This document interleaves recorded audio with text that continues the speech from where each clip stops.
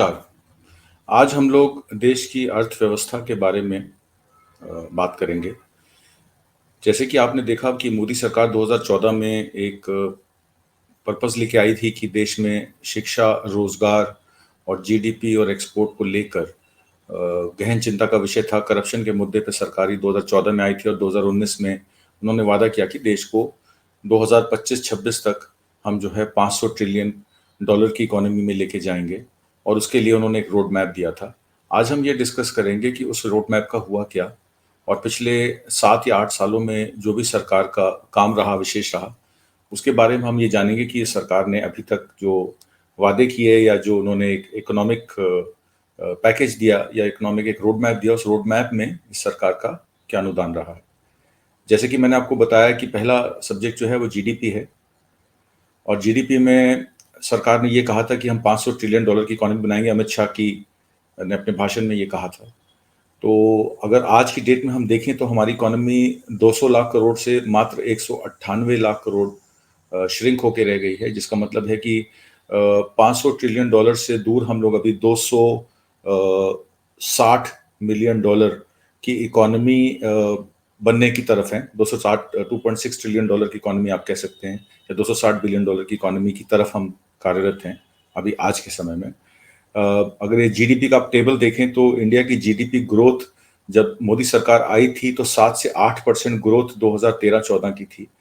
वो ग्रोथ कहीं ना कहीं डिमोनेटाइजेशन के बाद और जीएसटी की इम्प्लीमेंटेशन के बाद वो ग्रोथ रेट का ग्राफ कम होता रहा। इस साल के वित्तीय वर्ष 21-22 का अनुमान है कि 6.9% ग्रोथ रहेगी, रिकवरी रहेगी, जबकि 19-20 के लास्ट क्वार्टर में -3.1% भी जीडीपी हमने देखी है। तो 21-22 के बाद 22-23 का जो अनुमान है फाइनेंशियल ईयर का, वो इकोनॉमी का श्रिंक होने का, जैसे मैंने आपको बताया 198 लाख करोड़ के हिसाब से 6.4% ही रह जाएगी 6.9% के बाद। तो मतलब 6% की दर से इकोनॉमी हमारी ग्रो कर रही है, जो कि 8 से 9% की दर से ग्रो करनी चाहिए थी। उसका डायरेक्ट जो इम्पैक्ट है वो स्पेंडिंग को लेकर रहता है, डिमांड साइड को लेकर रहता है, अनएम्प्लॉयमेंट को लेकर रहता है, मैन्युफैक्चरिंग को लेकर रहता है। उसके बारे में हम विस्तार से अभी चर्चा करेंगे। मूडी का ये अनुमान है, मूडी इन्वेस्टमेंट, जो एक अंतर्राष्ट्रीय ऑर्गेनाइजेशन है जो सब देशों की इन्वेस्टमेंट्स को और उनकी जीडीपी ग्रोथ को या उनके डेवलपमेंट को देखकर अपने अपने अनुमान देती है।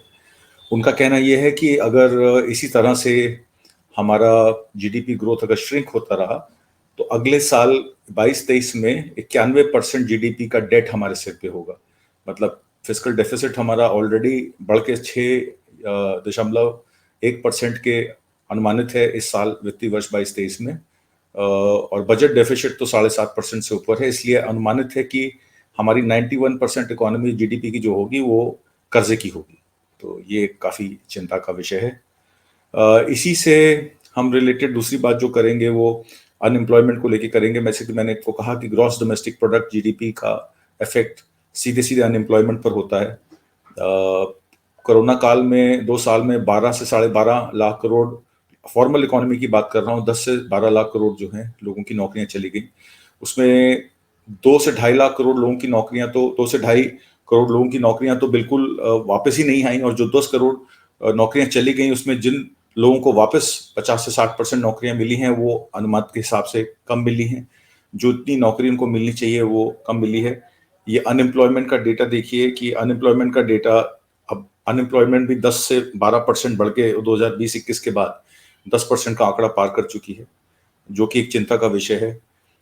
लेबर फोर्स पार्टिसिपेशन रेट भी 43% से 39% हुआ है, जिससे अनएम्प्लॉयमेंट डेटा का अगर आप देखें तो एक 21-22 से में से 20 से लेके 21 तक अनएम्प्लॉयमेंट आपको दिखा रहा है कि 10.5 पर 11% से 10% पे वापस आई है, पर वो इसलिए आई है कि लोग अनुमान कर रहे हैं कि अब हमें नौकरी मिलनी ही नहीं है।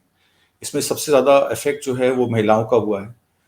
59 से 60% महिलाओं की जो काम करती थी घर से बाहर जाकर, वो भी काम उनका कम हो गया। 60% महिलाओं की नौकरियां चली गई हैं और पुरुषों में 40 से 45% का रोजगार की कमी आई है, जिसकी वजह से इकोनॉमी में श्रिंकेज है, परचेजिंग पावर लोगों की कम है।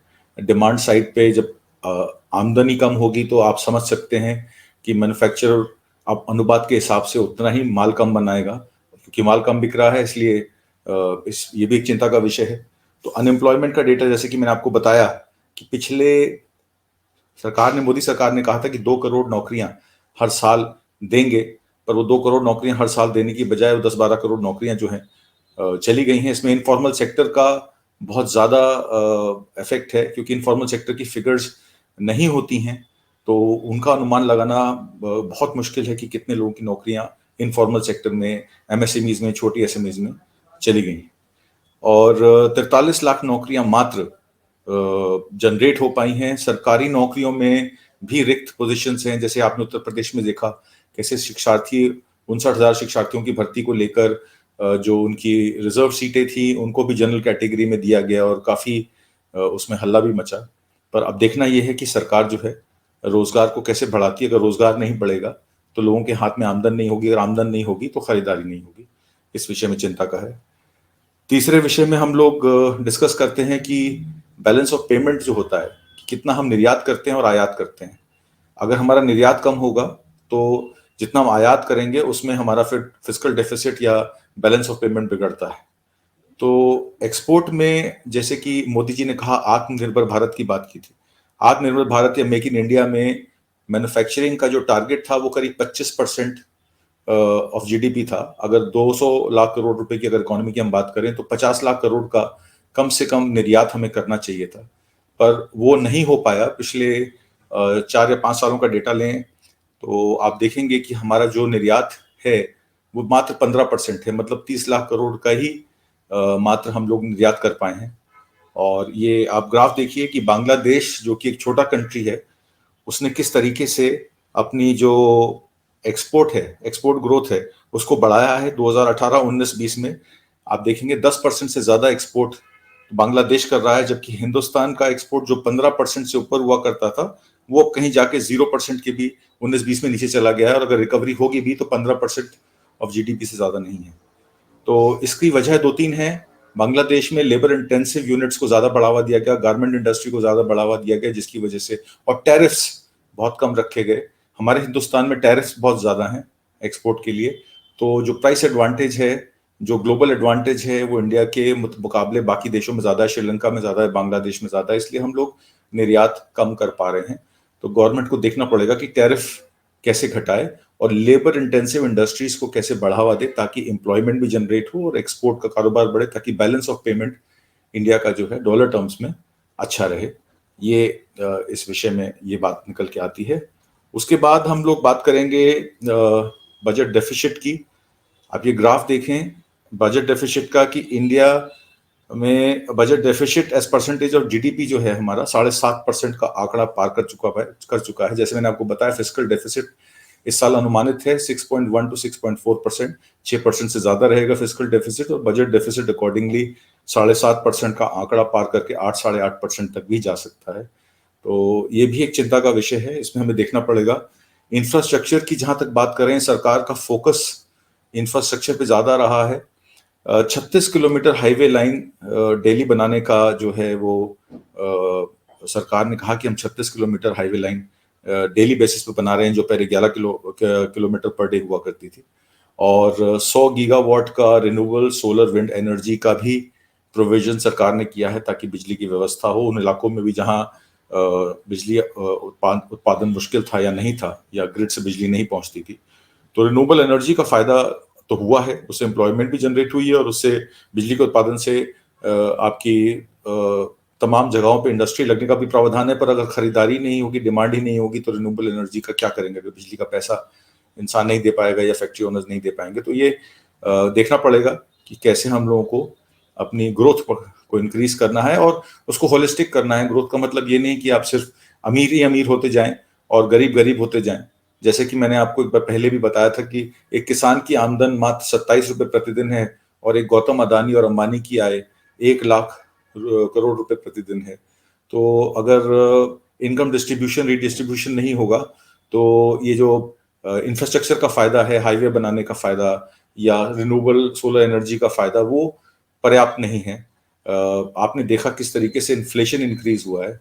आज की डेट में जो होलसेल प्राइस इंडेक्स है, होलसेल इन्फ्लेशन है, वो 13.1% का आंकड़ा पार कर चुका है। रिटेल इन्फ्लेशन जो है वो 6.5% पे होवर कर रहा है।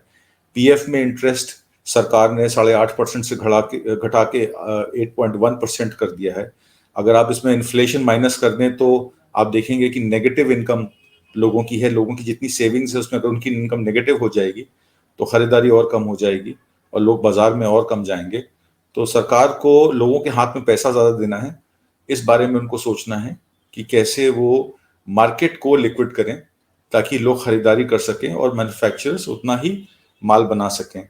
उसके अलावा जो कच्चा तेल है जो हो जिसे हम पेट्रोल और डीजल का इस्तेमाल करते हैं ईंधन के तौर पे, कच्चे तेल की कीमत जो है $130 से $135 प्रति बैरल हो चुकी है और आज की डेट में प्राइस रेगुलेशन में देखें तो ₹86 लीटर, 86.60 दिल्ली में रेट है डीजल का। पेट्रोल का उससे थोड़ा ज्यादा है, ₹90 के आसपास, ₹90-91 के आसपास है। पर कभी भी ये रेट डीजल के ₹10, ₹12 और पेट्रोल के ₹15 से ₹18 बढ़ सकते हैं। हो सकता है आज से बढ़ जाए, हो सकता है 2 दिन बाद बढ़ जाए। अगर फ्यूल प्राइसेस इंक्रीज होंगे तो इन्फ्लेशन और बढ़ेगा, इन्फ्लेशन और बढ़ेगा तो लोगों की जरूरत का सामान खरीदने के साधन कम होंगे, आमदन कम होगी। तो इस तरफ भी हम लोगों को सोचना पड़ेगा। हमारे पास जो इंफ्रास्ट्रक्चर सिक्योरिटी है उसकी प्रॉब्लम है। और एक बात मैं आपको और बता दूं कि अगर सरकार इन चीजों पे ध्यान नहीं देगी तो आने वाला समय बहुत कठिन हो जाएगा हम लोगों के लिए। उसके बाद हम लोग बात करते हैं जो गवर्नमेंट का फोकस रहा है फॉर्मल इकोनॉमी की तरफ। फॉर्मल इकोनॉमी में जैसे कि हर चीज का लेन देन जो है वो जीएसटी के द्वारा हो और एम्प्लॉयमेंट में जितनी जनरेशन की सुविधाएं हो या एम्प्लॉयमेंट अपॉर्चुनिटी हो, फॉर्मल सेक्टर में हो, इनफॉर्मल सेक्टर में कम हो। तो इस वजह से डायरेक्ट बेनिफिट ट्रांसफर स्कीम के जरिए जनधन अकाउंट में पैसा देने का प्रावधान इस सरकार ने किया। इस सरकार ने दिखाया कि हम लोग 40 करोड़ अकाउंट हमने खोले हैं लोगों के जो पहले बैंकिंग क्षेत्र से बाहर थे और उनको हम डायरेक्ट बेनिफिट ट्रांसफर देके उनको फॉर्मल इकोनॉमी में इनकॉर्पोरेट कर रहे हैं।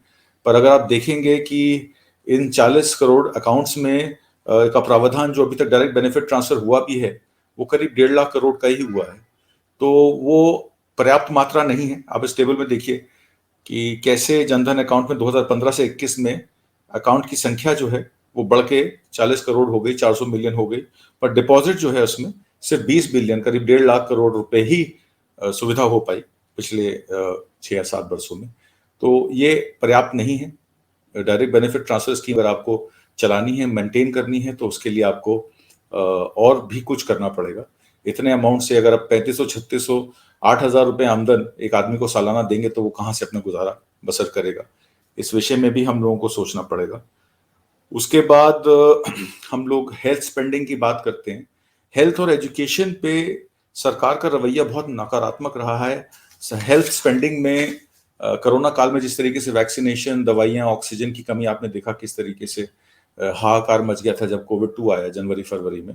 और एक अनुमान के हिसाब से 50 लाख से ज्यादा मौतें हुई जबकि सरकारी आंकड़ा 5 लाख मौतों की पुष्टि ही करता है। तो उसमें कोविड वैक्सीनेशन मिला के जो टोटल हेल्थ स्पेंडिंग हुई थी वो करीब 3.45% हुई थी। अगर हम कोविड वैक्सीनेशन को निकाल दें तो हेल्थ स्पेंडिंग सरकार की कभी भी 2-2.25% से ज्यादा का बजट नहीं रहा है। पिछले साल का बजट भी 2.37% था अगर उसमें स्पेशल कोविड प्रोविजंस को हम निकाल दें। इस साल का जो 21-22 का हेल्थ बजट है वो करीब 2.27% है जो कि पर्याप्त नहीं है।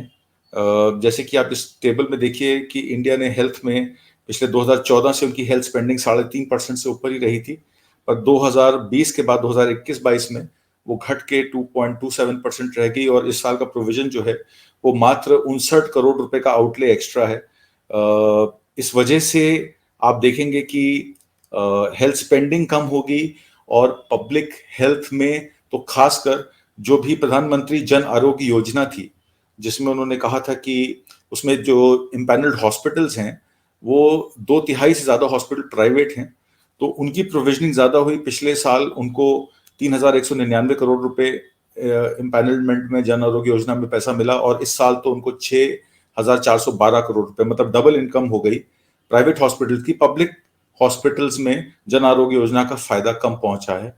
पीएम की जो Ayushman Bharat health infrastructure scheme है जिसमें उन्होंने कहा था कि सबको जो है सब आयुष्मान होंगे और भारत हेल्थ इंफॉर्मेशन के अंतर्गत जो पब्लिक स्पेंडिंग अभी तक हुई है वो सिर्फ 0.17% ऑफ जीडीपी हुई है, जो कि काफी नहीं है। सेंट्रल स्पॉन्सर्ड जितनी भी हेल्थ स्कीम्स हैं उसमें 6% जो है वो डाउन गई है। इसकी फिगर मैं आपको बता दूं, 47,634 करोड़ रुपए स्कीम के कम हुए हैं पिछले साल के मुकाबले। पिछले साल जो है उसका खर्चा 50,591 करोड़ रुपए था। तो सेंट्रली स्पॉन्सर्ड हेल्थ स्कीम्स जो हैं वो 6% से डाउन गई हैं। इसके मुताबिक अगर हम डिफेंस एक्सपेंडिचर देखें तो डिफेंस एक्सपेंडिचर 5.25 लाख करोड़ इस देश का, मतलब हमारी कंट्री में इस साल डिफेंस एक्सपेंडिचर जो है वो 5.25 लाख करोड़ रुपीस है, जो कि 13.5% आंकला गया है जीडीपी का। तो हम लोग हेल्थ की जगह डिफेंस पे ज्यादा खर्चा कर रहे हैं और हेल्थ पे हमारा ध्यान कम है। तो इस पे ये चिंता का विषय है, इस पे हमें ध्यान देना होगा कि जो हेल्थ स्पेंडिंग है उसको कम से कम 3.5% से ऊपर रखें, ताकि जो लोग अपना इलाज ना करा सकें, जो पब्लिक हॉस्पिटल में जाते हैं, उनको मुफ्त इलाज मिले। एक फिगर मैं आपको और दिखा दूं इस ट्वीट के जरिए। एक सुमेश झा का ट्वीट है जिसमें बताया गया है कि इंडिया की जो मेडिकल और पब्लिक हेल्थ एक्सपेंडिचर है वो इस साल जो है पिछले साल 74,820 करोड़ रुपए था रियल टर्म्स में, जो कि अब घट के 41,011 करोड़ रुपए अगले साल के लिए हो गया है, बिकॉज वैक्सीनेशन की जरूरत कम है। तो वैक्सीनेशन की जरूरत कम है या वैक्सीनेशन 180 करोड़ लोगों को लगा दी गई है। अब 12 से 14 साल के बच्चों को भी प्रोविजनिंग कर दी गई है, पर इसका मतलब ये नहीं कि आप बाकी चीजों पे ना ध्यान दें। कोविड मैनेजमेंट के अलावा भी हेल्थ की एक बहुत सीरियस रिक्वायरमेंट्स हैं इस देश में और उन रिक्वायरमेंट्स को पूरा करना चाहिए। इसके बाद मैं आपका ध्यान फार्मिंग पे कराऊं। फार्मिंग एक बहुत बड़ा विषय रहा। आपने देखा किस तरीके से किसान आंदोलन में 1.25 साल किसान जो हैं बॉर्डरों पे बैठे रहे और 3 कृषि कानूनों को वापस करा के अब एमएसपी पे लड़ाई का वो प्रोविजन कर रहे हैं।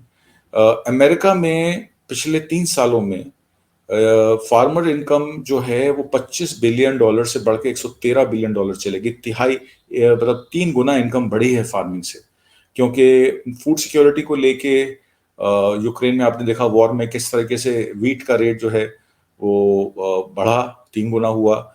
हमारे देश में आज भी एमएसपी जो है वो स्वामीनाथन कमीशन की रिपोर्ट पे C2+50 फॉर्मूला से नहीं चलती, A2+FL फॉर्मूला से चलती है। उसमें भी गेहूं का रेट जो है एमएसपी का प्रॉपर नहीं मिल पाता। आज की डेट में गेहूं उत्पादन का रेट 2500 रुपए से लेकर 2700 रुपए कुंटल आपका रेट है इंटरनेशनल बाजार में, जबकि एक किसान को 1800 से 2000 रुपए कुंटल ही मात्र मिलते हैं। इसके अलावा जो रबी की क्रॉप्स हैं, वीट की क्रॉप है, उसमें सरसों है, उसमें जौ है, उसमें मक्का है। तो इन सब चीज़ों की शॉर्टेज है यूक्रेन वॉर के चलते। तो अगर इंडिया एक्सपोर्ट में, एग्रीकल्चरल एक्सपोर्ट में ध्यान रखे, आप देखिए कनाडा की इकोनॉमी, न्यूजीलैंड की इकोनॉमी और कितने यूरोपियन नेशंस की इकोनॉमी एग्रीकल्चरल एक्सपोर्ट से चलती है। अमेरिका की इकोनॉमी भी इस साल उनका प्रोविजन जो है एग्रीकल्चर सब्सिडी में $40 बिलियन रह गया, जबकि इनकम $113 बिलियन हो गई है। तो हमारा देश भी कृषि प्रधान देश है। 80 से 85% लोग, जैसे मैंने आपको बताया, हमारी इंडिया में 10 करोड़ परिवार जो हैं डायरेक्ट खेती से रिलेटेड हैं। 9 करोड़ 83 लाख परिवार जो हैं, 10 करोड़ ही मान लीजिए परिवार करीब, खेती से मजदूरी और दूसरी चीजों से, एग्रीकल्चर अलाइड एक्टिविटीज से रिलेटेड है, पशुपालन से रिलेटेड है। तो 20 करोड़ लोग अगर डायरेक्टली एक इंडस्ट्री में एम्प्लॉय हैं जो 50 करोड़ लोगों को खाना खिलाते हैं, जीवन यापन करते हैं, तो इन 50 करोड़ लोगों को अगर इनकी इनकम बढ़ा दी जाए तो जाहिर सी बात है कि सप्लाई साइड पे, डिमांड साइड पे ऑलरेडी डिमांड बढ़ जाएगी और सप्लाई साइड पे फिर मैन्युफैक्चरर जो है वो 50% 60% कैपेसिटी की जगह 100% कैपेसिटी पे काम करेंगे। तो एग्रीकल्चरल एक्सपोर्ट के बारे में हमारी सरकार को सोचना चाहिए और इस पे खास ख्याल करना चाहिए। जैसे कि मैंने आपको बताया, ये फार्मिंग का आप टेबल देखिए, इसमें जीडीपी ग्रोथ 15% से ज्यादा जीडीपी का हिस्सा नहीं है फार्मिंग का। हम इजीली इसको 30% पे लेके जा सकते हैं अगर फार्मर्स इनकम बढ़ जाएगी और फार्मिंग एक्सपोर्ट से 15% इनकम जीडीपी की और बढ़ जाएगी और फार्मिंग का शेयर 30% जीडीपी का होगा, तो जीडीपी भी एक्सपैंड करेगी, फार्मर्स की इनकम भी एक्सपैंड करेगी और उससे विन विन सिचुएशन है। 20 करोड़ लोगों को और 20 करोड़ परिवारों को और करीब 50 करोड़ लोगों को डायरेक्ट रोजगार देती है। तो खेती किसानी एक बहुत अहम मुद्दा है जिस पे सरकार को गंभीरता से विचार करना चाहिए और उसके बारे में कुछ ना कुछ फैसला करना चाहिए। उसके बाद मैं आपको ये भी बता दूं कि पीएम पोषण एक समग्र शिक्षा स्कीम निकाली थी। 2018 की स्कीम है, उसको 19 में ट्वीक करके सरकार ने पीएम पोषण और समग्र शिक्षा स्कीम निकाली थी, एनईपी 2020 की योजना में 2020 में इसका किया था नेशनल एजुकेशन पॉलिसी के अंतर्गत। इसकी स्लाइड आप देखिए कि केंद्रीय मंत्रिमंडल ने 4 अगस्त 2021 को समग्र शिक्षा अभियान 2.0 को मंजूरी दी थी, जिसमें करीब 2.94 लाख 2 करोड़ 94 लाख लोगों को रुपए की लागत से ये काम होना था। समग्र शिक्षा अभियान को 1 अप्रैल 2021 से 31 मार्च 2026 तक बढ़ाने की मंजूरी दी गई थी। इसके दायरे में करीब सरकारी सहायता प्राप्त 11,60,000 स्कूल, 15,60,000 बच्चे, माफ कीजिएगा, 11,60,000 स्कूल, 15 करोड़ 60 लाख बच्चे और 57 लाख शिक्षकों को कवरेज देनी थी। अगले कुछ वर्षों में चरणबद्ध तरीके से इसमें बाल वाटिका, स्मार्ट शिक्षा, प्रशिक्षित शिक्षकों की व्यवस्था की जाएगी तथा आधारभूत ढांचे, व्यावसायिक शिक्षा एवं रचनात्मक शिक्षण विधियों का विकास किया जाएगा। ये प्लान था समग्र शिक्षा स्कीम का। कल एक आरटीआई लगी, जनवरी 31 को एक आरटीआई लगी थी सरकार में, ये जानने के लिए कि समग्र शिक्षा अभियान में, स्कीम में अभी तक कितना खर्चा हुआ है, स्पेंडिंग हुई है। तो जो पीएम पोषण है, जिसको मिड डे मील स्कीम थी, उसको रीनेम करके पीएम पोषण स्कीम कर दिया गया था। तो उसमें यह बताया गया कि समग्र शिक्षा स्कीम में जो बजट था 31,050 करोड़ रुपए का जो बजट था इस साल का, उसमें मात्र 54% खर्चा किया गया है। मतलब कि 46% पैसा जो है वो स्पेंड नहीं किया गया। ये 31 जनवरी 2022 तक का डेटा है, ये वहां पे मंत्रालय ने बताया। और टोटल एलोकेशन तो थी वो 40,576 करोड़ रुपए थी। ये डिपार्टमेंट ऑफ एजुकेशन और सोशल जस्टिस के अंडर आता है। तो इसमें आप देखिए किस तरीके से 46% पैसा जो है वो स्पेंड ही नहीं हो पाया। और दूसरा जो है पीएम पोषण स्कीम, पीएम पोषण स्कीम में भी, जिसको मिड डे मील स्कीम भी कहा जाता है, उसमें मात्र 57.91% पैसा ही स्पेंड किया गया। मतलब 23,572 करोड़ रुपए के बजट में मात्र 11,500 करोड़ रुपए खर्च किए गए, जबकि 2019-20 के वित्तीय वर्ष में 97% पैसा जो है मिड डे मील स्कीम में खर्च किया गया था। 12 करोड़ बच्चे डायरेक्टली मिड डे स्कीम से लालन पोषण पाते हैं, खाना पाते हैं और उसी से उनकी एजुकेशन होती है। पर कोरोना के चलते पिछले 1.5 साल से स्कूल बंद रहे। डायरेक्ट बेनिफिट ट्रांसफर के जरिए राशन मुहैया कराने की या cash incentive scheme, direct benefit transfer करने की स्कीम सरकार ने दी, पर उसकी ऑन ग्राउंड स्पेंडिंग कम हो पाई। मात्र तो फिर आप देखिए किस तरीके से शिक्षा और स्वास्थ्य के क्षेत्र में, बच्चों की पढ़ाई के क्षेत्र में, उनके लालन पोषण के क्षेत्र में सरकार का स्पेंडिंग जो है वो मात्र 54-55% रही। तीसरी स्लाइड में आप देखिए कि समग्र शिक्षा स्कीम क्या है। समग्र शिक्षा स्कीम 24 मई 2018 को लागू किया गया था। उसको 2020 में फिर नेशनल एजुकेशन पॉलिसी 2020 के अंतर्गत उसको रिवैम्प किया गया। उसमें 2 करोड़ 94 लाख करोड़ रुपए खर्चे का प्रावधान किया गया 2025-26 तक। पर सिंस उसका पैसा एलोकेशन जो है वो स्पेंड ही नहीं हो रही है, तो उस स्कीम का फायदा क्या है। समग्र शिक्षा अभियान का उद्देश्य प्राइमरी स्कूल से 12वीं कक्षा तक शिक्षा प्रणाली को एकीकृत कर शिक्षा की गुणवत्ता में सुधार करना, ये पर्पस था। पर वो पर्पस जो है वो किसी तरीके से कहीं ना कहीं सॉल्व नहीं हो पाया। उसमें पहले क्या हुआ था वो स्लाइड 3 में आप देखिए कि 13 जून 2021 को पूर्व शिक्षा मंत्री ने ट्वीट से जानकारी दी थी। समग्र शिक्षा योजना के तहत 21-22 में अब तक राज्यों और केंद्र शासित, क्योंकि इसमें 60-40 का रेशियो रहता है, 60% सेंट्रल गवर्नमेंट खर्च करती है, 40% स्टेट गवर्नमेंट खर्च करती है। और यूटीज के लिए 7,622 करोड़ रुपए जारी किए गए थे।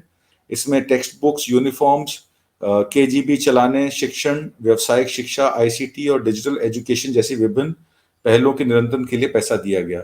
तो ये नेशनल एजुकेशन मिशन की बात है। इसके बाद मैं आपसे नेशनल हेल्थ मिशन की भी बात करूंगा। जैसे मैंने आपसे कहा कि नेशनल हेल्थ मिशन में भी पर्याप्त मात्रा में इंश्योरेंस स्कीम्स या स्कीम्स जो दी गई, उसमें प्राइवेट हॉस्पिटल्स को ज्यादा अनुदान हुए और वो सिर्फ 25% पॉपुलेशन को ही कवर करती है। नेशनल हेल्थ मिशन के अंतर्गत जो स्कीम्स प्रधानमंत्री, जैसे मैंने आपको बताया, आयुष्मान भारत हेल्थ इंफ्रास्ट्रक्चर योजना है या पीएम जन आरोग्य योजना है, इसमें मात्र 25% जनता ही कवर्ड है। 75% जो लोग हैं अभी भी स्कीम से अछूते हैं। तो हम लोगों को देखना है कि इसमें हम कैसे आगे चलेंगे।